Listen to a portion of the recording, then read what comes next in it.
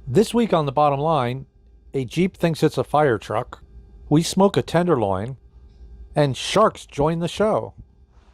And this is The Bottom Line.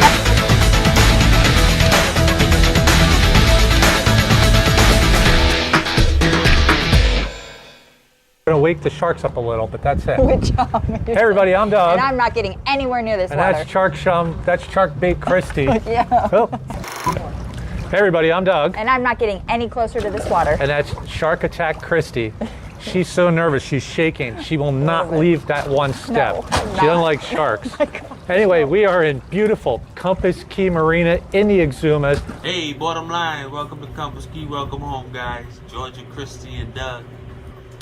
Thank y'all for coming. This place has been a staple for yachts for I don't even know how many years. It's blowing outside, but all the big boats are in here taking shelter from the wind. Crystal clear waters, and of course, the sharks.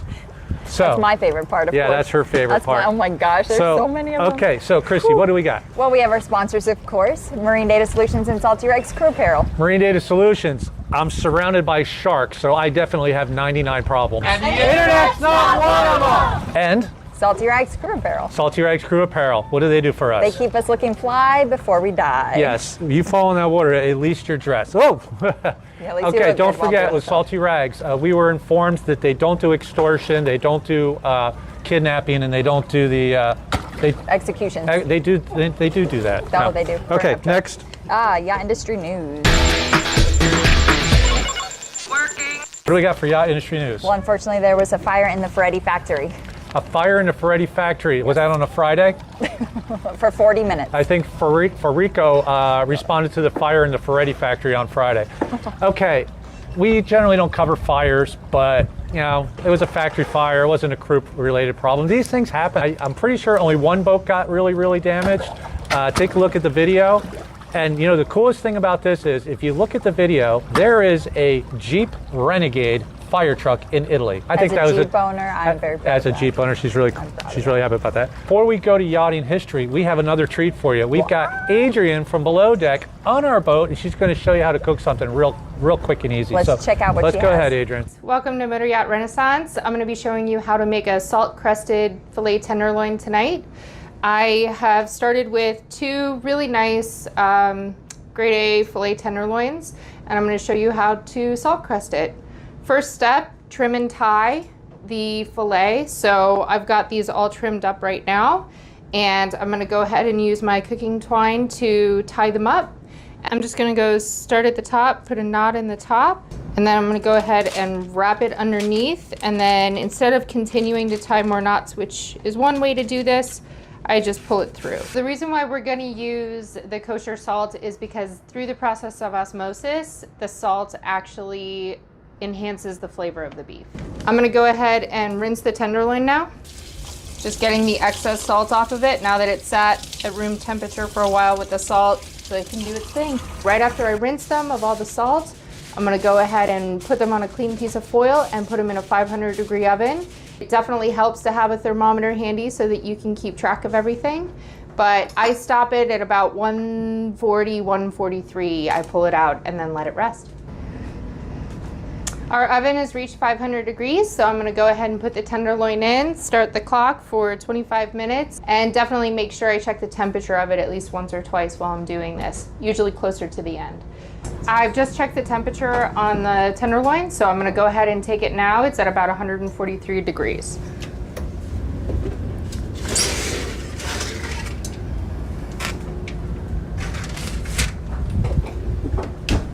And then I'm just going to go ahead and tent it with foil to let it rest. Slicing out their tenderloin now. So I've got two different tenderloins that were slightly different thicknesses, and then that way you get more medium rare to rare on one side, and then the second tenderloin's a little bit more medium.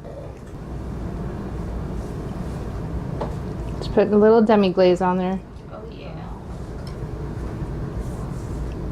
All done. I hope they enjoy. Thanks for joining me. You can find me on social media on Twitter and Instagram at Adrienne Gang.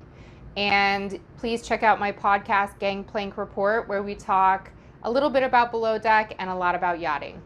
That's pretty cool. That was cool. Yeah. Did you should know make she was a mistakes. chef? She was Yeah. a stew on below deck, but she's always been a chef.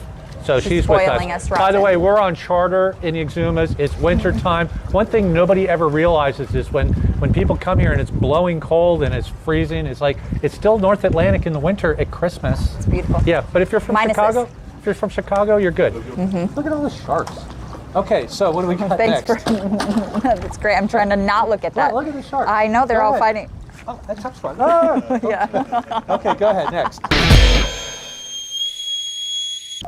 Yachting history, of course. What do we got in yachting history? 42 years ago, the 86-meter Nebula was delivered. Okay, 86-meter Nebula. This was a pretty famous boat. Okay, it was built in the Benetti yard, which actually bankrupted them. Okay, then the guy who bought it, a Saudi sheik, went bankrupt. Then he sold it to Donald Trump. Donald Trump actually was like, I love the biggest and greatest. He actually contracted a boat called, his boat was Trump Princess, a Trump Princess 2, but it never got going because he ran into financial troubles, so he sold the boat. But in the meantime, he actually bought the Amel's shipyard because they went into bankruptcy. I sense a pattern. Bankruptcy. So then Donald Trump actually sold the ML shipyard like 3 months later, canceled the project, sold his yacht, he was out. So then another Saudi prince bought it and named it what? Kingdom 5KR. 5KR after his company and his kids. The boat has a history of people in bankruptcy. Not very good history. It definitely does. But it also has another history. It was in the James Bond movie, Never Say Never Again. It was called Flying Saucer, which was Italian for Disco Volante, which was the boat in another James Bond movie from the same novel. Okay? Okay. And it's also famous for being named after a song that Queen did. What's the inspiration for it? 1990 on their what album? 1989, their album The Miracle. The Miracle, which is, so this boat is pretty famous. I'm going to give you another little tidbit about this boat. Donald Trump paid less than the next guy offering. Do you know why? Why is that? Because the Saudi prince made a deal. He paid him $1 million not to keep the name of the boat because it was named after his daughter. All right? Anybody who knows Trump knows. Trump. He puts Trump on Everything. anything. That Yes. was money stupidly spent. That was. He would Okay. have done it anyways. Okay, what do we got next? Well, we have Crew Corner. Crew Corner, what do we got? Well, we have our sponsor, Crew Haven, of course. Crew Haven, what do they do? What do they do for us? Well, they provide places that you can get rest like the guests. Rested like the guested. Listen, if you're going to LMC, if you're going anywhere in Florida area, why are you guys going to rent like this little crew room for Airbnb, $bucks? yeah. You can get the whole house. You can. They get bouncy houses. They put up balloons. 24/7 service, laundry, They have clowns if you TVs, want them. they do. They'll even do anything. So check out Crew Haven. They're pretty cool. The best place to call home when you're not at home. Yep. Get rested like the guested. Get rested like the guested. So what's Crew Corner this week? Well, Crew Corner, we're talking about how not to interact with our guests on charter. Okay, so when charter guests are paying $100,000, $200,000, $300,000 a week, you've got to maintain a certain amount of protocol. And I'm going to tell you right now, European crew are really good at this, and American crews suck. All right, I'm sorry. Yes. I've been doing this an awfully long time. I get a lot of feedback from clients and owners, and I'm telling you, this is how it is. Now, I'll be the first one to say, I'll be the first one to say that European crew have this down pat a little bit more than U.S. crew. All right, but when a charter guest says, "Hey, how's your day going?" It's going well. What can I get you to drink? That's the answer. That's it. Okay. Don't go into your background. Don't make the mistake of saying, my girlfriend just left me. I can't believe that I'm here.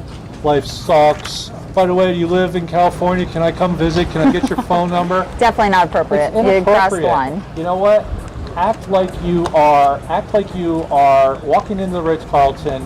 Five-star service. 5-star service, and the person behind the counter would never be like, "Hey, do you want to go hang out later?" Yeah, man. Let's talk Let's about go. it. This is not the way it is. When people are asking you how your day's going, it's just a formality. It's just being polite. They really don't want to know, definitely. Your life story. Girlfriend got pregnant. She's really putting me to the screws. Captain's drinking.